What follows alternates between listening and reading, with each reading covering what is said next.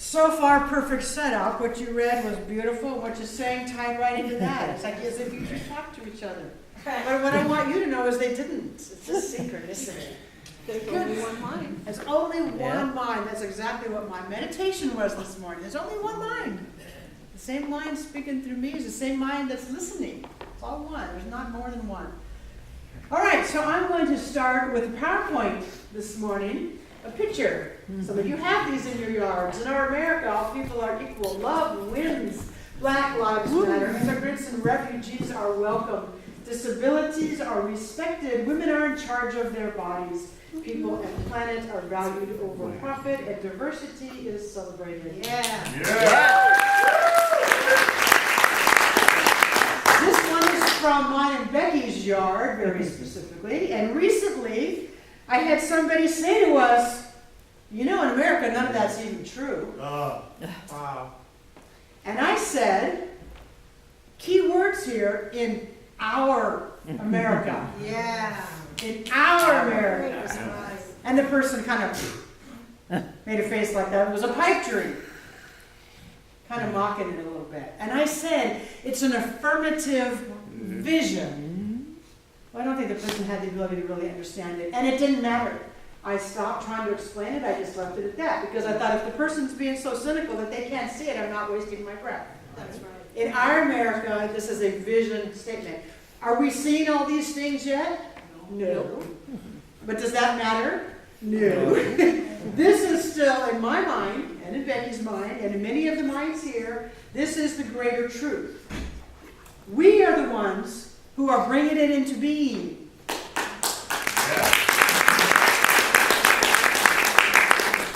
So don't let anybody else's idea of what it is or isn't get in our way. We are bringing this into being. So with that in mind, I'm going to share with us the World That Works for Everyone vision statement that comes from our larger organization, CSL. Now you see at the end of our vision statement, we say we consciously activate a world that works for everyone, but we belong to a much larger organization. And here's the vision statement. We envision all people, all beings, and all life as expressions of God. We see a world in which every person lives in alignment with his or her highest spiritual principle, emphasizing unity with God and connection with each other. A world in which individually and collectively we are called to a higher state of consciousness and action. We envision humanity awaking to its spiritual magnificence and discovering the creative power of thought. A world where every person discovers his or her own personal power and ability to create an individual life that works within a world that works for everyone. We envision a world in which we live and grow as one global family that respects and honors the interconnectedness of all life. A world where this kinship with all life prospers and connects through the guidance of spiritual wisdom and experience. We envision a world where personal responsibility joins with social conscience in every area of the political, corporate, academic, and social sectors, providing sustainable structures to further the emerging global consciousness. I'm going to read that one again. If you've been around for a long, long time in the days where it was so taboo to talk about anything political, I want you to hear this from our CSL. We envision a world where personal responsibility joins with social conscience in every area of the political, corporate, academic, and social sectors, providing sustainable structures to further the emerging global consciousness. If you have any hangovers of fear about that, it's time to let it go. We envision a world where each person has enough food, a home, and a sense of belonging, a world of peace, harmony, enfranchisement, and justice. We envision a world in which resources are valued, cared for, and grown, and where there is generous and continuous sharing of these resources. Go figure. We envision a worldwide culture in which forgiveness, whether for errors, injustices, or debts, is the norm. We envision a world which has renewed its emphasis on beauty, nature, and love through the resurgence of creativity, art, and aesthetics. We envision a world that works for everyone and for all creation. And so it is. That comes from our larger organization. If you want a copy of it, I will gladly make copies available. So you get to take this home with you. So you understand where our teaching of philosophy is going these days. Every time I read it, it's like, it hits me again and again and again. So with these two wonderful things about love wins and in our America, this beautiful thing right here, and this reading, what I know is that sometimes it does not look like the world is working for everyone. What I know is it looks like the world is actually pretty darn mean. That's what it looks like in the world of form, in the human experience often. And sometimes, as both of the song and the reading points out, we get sucked in. We get sucked into the news. We get sucked into the ain't it awful. And keeping our head above water sometimes can be a little bit of a challenge, but that's what we're up to. And so one of my colleagues wrote something recently that was journaling for herself. And she shared it with the minister's listserv. And I said, do you mind if I share this with my congregation? She said, by all means. So I'll leave it nameless, but it's a ministerial colleague of mine who in her own journaling is struggling. So just so you understand that we're not alone here. She says, dear God, I feel so sad today. Oh, I need to tell you actually when she wrote it. She wrote this very shortly after Brett Kavanaugh got seated on the Supreme Court. Dear God, I feel so sad today. I feel so angry. Can I be like Margaret? I feel so helpless. I go around telling people that all is well and that all is in divine order and right timing. And now, Brett Kavanaugh is on the Supreme Court. Why? How? What is the plan? Can you let me in on it, God? How is it that this man, who no matter what else is true, was belligerent and rude and angry to his job interviewers, has been given the job anyway? And how is it that there appears to be millions of people who are excited and riled up and angry and motivated to vote for a party that feels comfortable not listening to women, shaming women, and attacking women? I confess, God, I don't understand any of this. I thought I was seeing that the president and his followers were the representation of an old, tired, worn-out consciousness in the world. A consciousness of separation, of hate, of division, of exclusion, of hierarchy, of patriarchy, of geneity, of white supremacy. And I thought that the visible expression of this old consciousness had awakened the dormant new level of consciousness that wants to come in, one of love, inclusion, diversity, of equality, of oneness, and that consciousness was waking up to itself, standing on its feet and choosing it in this coming midterm election. But now it feels like the old consciousness is getting stronger. It feels like it has just cemented itself in the highest court in the land to overturn any policy or law that is loving or including or caring. What am I missing, God? Keep in mind she's journaling this to herself. What am I missing, God? What am I missing? Is it as simple that as I am angry at them, and I am caught in the old consciousness of hate and separation, and so it's in power? Is it as simple as what I resist persists? What is it? What is the truth of this situation that I need to see? Please let me love those that I seem to hate. Let me see them all as individualized expression of the one. Let me know this deep in my soul. Let me understand that they are me. Let me treat them as me. God, please excavate, destroy, and uncreate in me any resistance of this agenda. Let me allow it to flow through the space of love that I am and dissipate the hate into the nothingness from which it came. Let me feel my anger and my sadness and fear all the way through, and then let me act from love and not anger and fear. Let me vote from love and not anger and fear.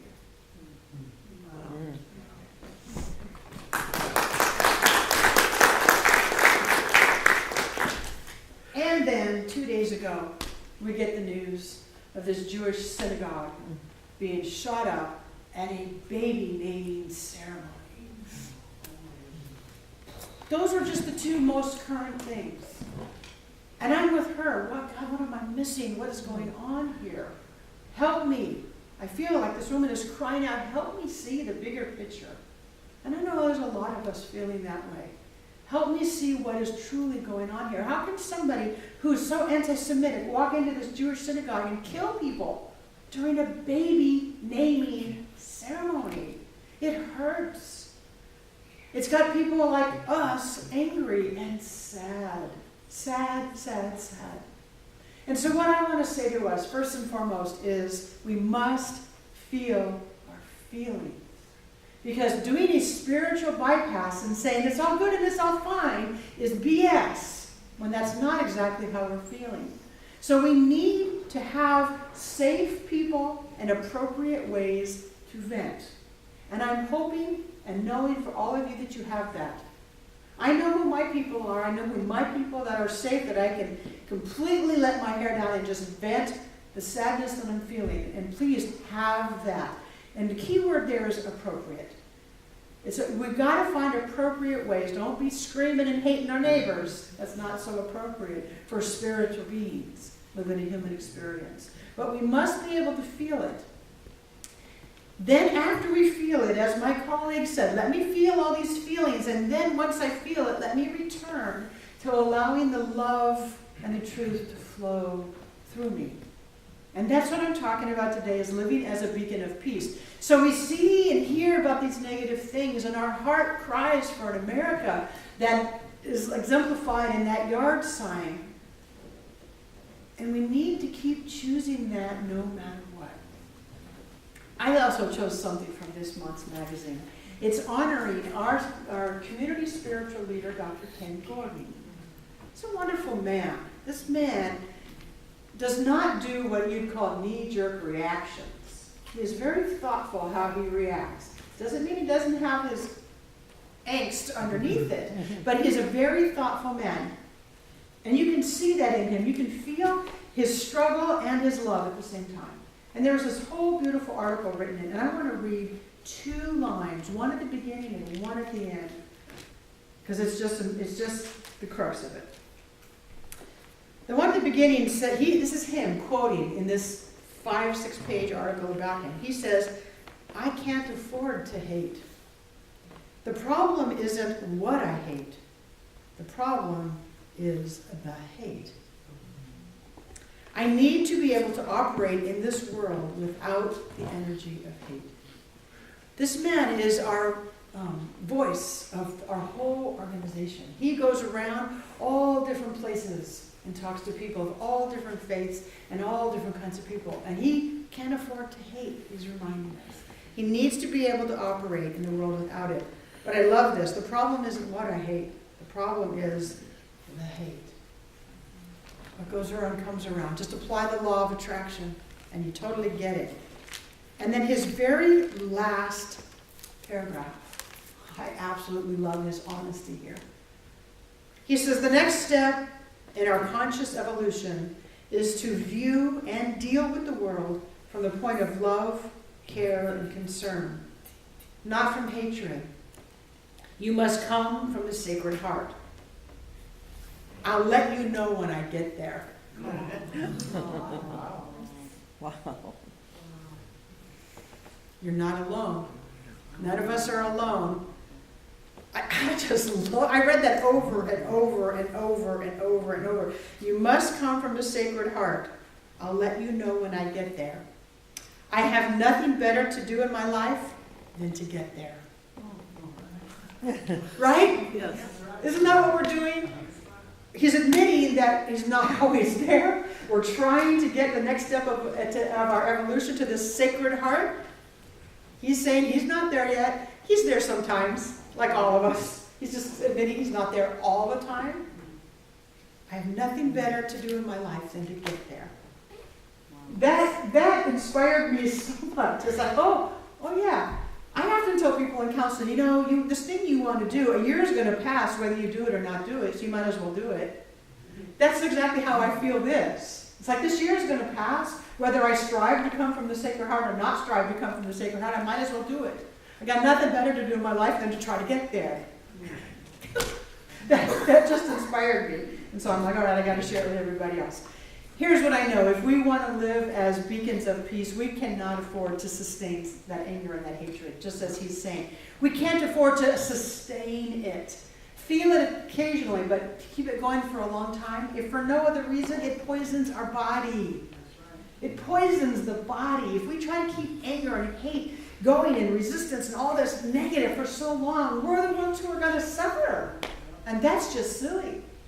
What's that phrase about forgiveness? Being non-forgiving is like drinking poison but expecting the other person to die. Yes. It's kind of like that. If we're the ones holding on to hatred and anger for a sustained period of time, we're the ones who are going to be affected in a negative way. It does not serve us. If nothing else, it does not serve us. So if you can't do it for any other reason than your own personal reason, then please do it for your own personal reason, because I don't want you to suffer. Ernest Holmes says it like this, in a very simple sentence. We cannot manifest love when we have a mental equivalent of hate in our hearts and minds.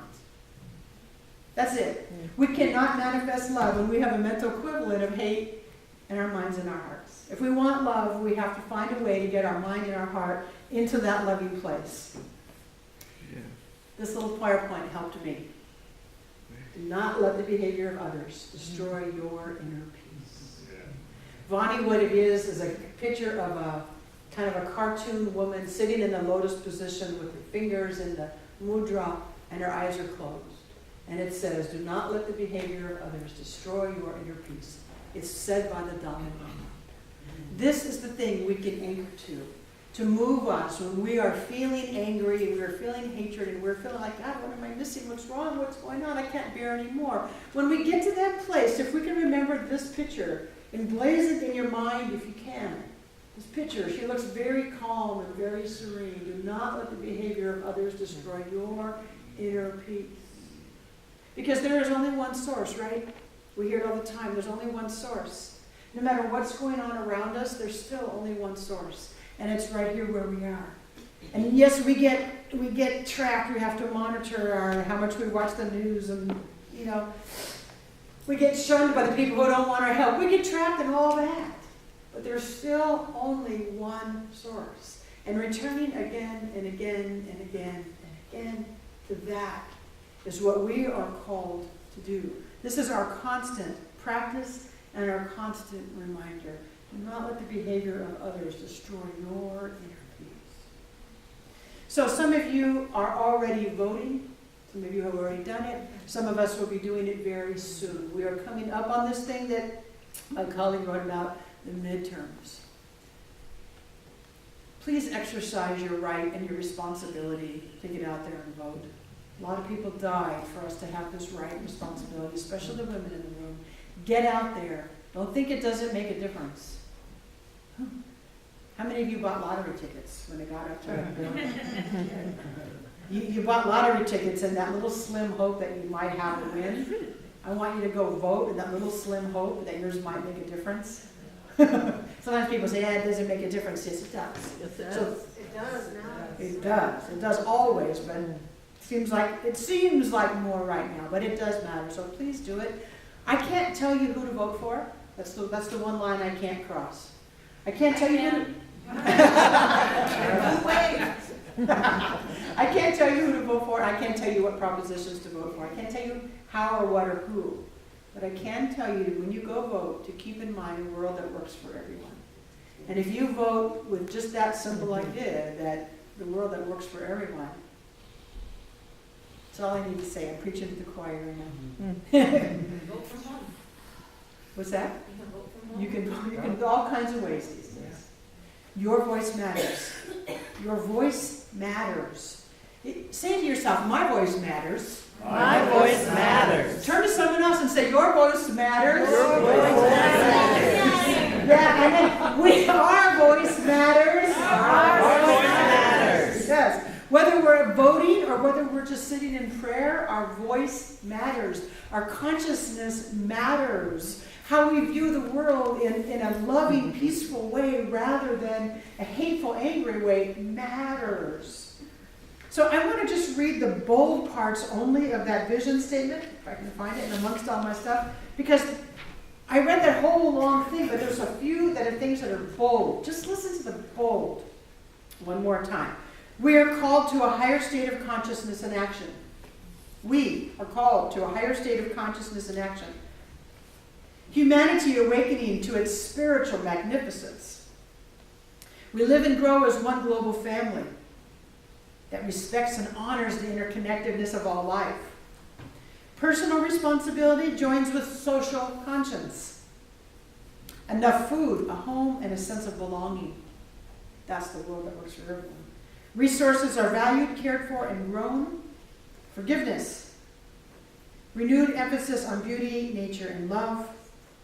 And a world that works for everyone and for all creation. If you take just the bold alone, you've got the picture. That's what we're up to.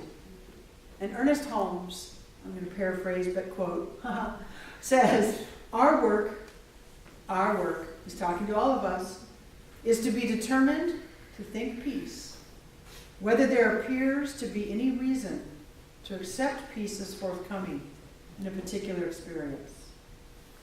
I'm going to read it again. Our work is to be determined to think peace, whether there appears to be any reason to expect peace is forthcoming in any particular experience. Because when we're determined to think peace, when we're determined to be that beacon of peace and that beacon of light, when we are determined, we are going to make a bigger difference than when we are wishy-washy. So I want all of us right now to just expand their sense of light and expand their sense of being that beacon of peace and that beacon of light for others. To have your appropriate people to vent with when you need to, but to get right back to loving and being peaceful and being that beacon, because that's what we want to be, yes? Yes. So I'm going to invite you just to inhale and exhale. Do that again. Just inhale and exhale. If you'll close your eyes and keep doing it. Inhale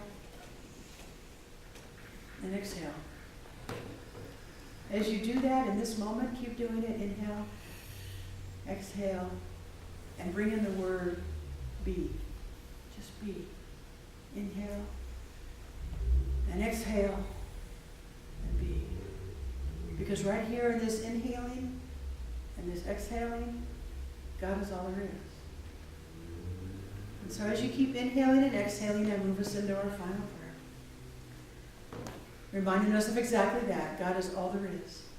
The one source, the one energy, the one intelligent mind is all there is. Not an opposing power. One. One mind, one love, one heart. Omnipotent, omniscient, omnipresent. Which means right here. In this very room, as we inhale and as we exhale, we just be. We be who we are. We are expressions of the one. And that is enough in this moment. Inhale and exhale and be. And so aligning ourselves consciously with the truth that we are already one with the divine. Aligning ourselves with the truth that we are already one with love and peace and joy and goodness. That's already our truth, and we consciously connect with it now. And from this place of connection, I speak this word for us, that we today are all a beacon of peace and love. I speak my word for us, that we join our personal responsibility with our social conscience, and our voice matters. I speak my word for us now, that we are able to lift our minds and our hearts above the yuck that seems to be happening and find the place that says, I will not live in hatred forever. I move my mind up to love, up to peace. If God is all goodness, then we need to be about the business of reminding ourselves that we are also that. If this oneness knows what it's doing, we need to remind ourselves that we know what we are doing as God being. And so I know for each of us today, We inhale, we exhale, and we be. And we allow ourselves truly to be the beacon of peace. And we are the people who understand that a world that works for everyone means all creation. I'm grateful to speak this word for us. I'm grateful to know that we already are that. And we are up to the job of determining to think peace. And so with gratitude, I release this prayer into the automatic action of the law that can only say yes. I let go and I let God. And so it is.